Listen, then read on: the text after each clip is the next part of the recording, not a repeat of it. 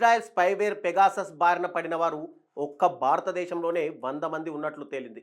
2019వ సంవత్సరంలో చోటు చేసుకున్న వాట్సాప్ హ్యాకింగ్లో ప్రపంచవ్యాప్తంగా 1223 మందిని లక్ష్యంగా చేసుకోగా వారిలో 100 మంది భారతదేశంలో ఉన్నట్టు తాజాగా మీడియానామా సంస్థ ఒక కథనాన్ని ప్రచురించింది. అందులో యుఎస్ కోర్టులో జరుగుతున్న న్యాయ పోరాటాన్ని గురించి వివరించడంతో ఇప్పుడు ఈ కథనం తీవ్ర చర్చనీయాంశంగా మారింది.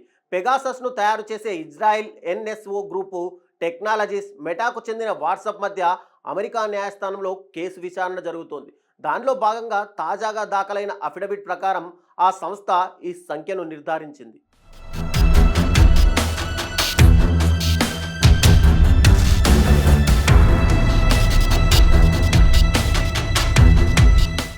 ఏప్రిల్ 2019 నుంచి మే 2019 మధ్య 2 వారాల వ్యవధిలో 1400 మంది వాట్సాప్ వినియోగదారులపై ఎన్ఎస్ఓ గ్రూపులకు చెందిన స్పైవేర్ ఉపయోగపడిందని వాట్సాప్ ఆరోపించింది. 2 వారాల వ్యవధిలో పెగాసస్ ఉపయోగించి లక్ష్యంగా చేసుకున్న వ్యక్తుల సంఖ్యను దేశాల వారీగా వాట్సాప్ సంస్థ లిస్టు చేసింది. పెగాసస్ బాధిన వాట్సాప్ వినియోగదారులు ప్రపంచవ్యాప్తంగా 51 దేశాలలో ఉన్నారు. ఈ జాబితాలో మెక్సికో ముందు వరుసలో ఉంది. మెక్సికోలో 456 మందిని ఎన్ఎస్ఓ పెగాసస్ టార్గెట్గా చేసుకుంది. ఆ తర్వాతి స్థానంలో భారత్ ఉంది. ఈ టార్గెట్లో భారత్ నుంచి 100 మంది ఉన్నారని వాట్సాప్ చెబుతోంది. భారత్ తర్వాత బహ్రెయిన్ 82, మొరాకో 69, పాకిస్తాన్ 58, ఇండోనేషియా 54 ఉన్నాయని తెలిపింది.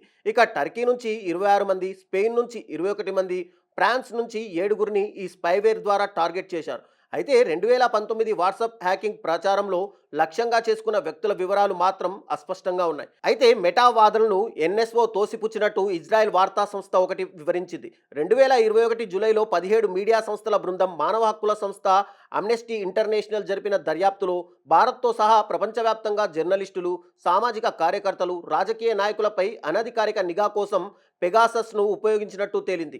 భారత్లో కాంగ్రెస్ నాయకుడు రాహుల్ గాంధీ, మాజీ ఎన్నికల కమిషనర్ అశోక్ లావాసా, పారిశ్రామికవేత్త అనిల్ అంబానీ, సిబిఐ మాజీ డైరెక్టర్ అలోక్ వర్మ వంటి వారు టార్గెట్ జాబితాలో ఉన్నట్టు ఇప్పటికే వెల్లడైన సంగతి తెలిసిందే. ఈ ఆరోపణలు భారత్ ప్రభుత్వం ఖండించింది. భారత్లో అక్రమ నిఘా సాధ్యం కాదని అప్పటి కేంద్ర సమాచార సాంకేతిక మంత్రి వైష్ణవ్ 2021 జూలైలో పార్లమెంట్లో తెలిపారు. అయితే ఆరోపణలపై సుప్రీంకోర్టు ఒక నిపుణుల కమిటీని ఏర్పరిచింది.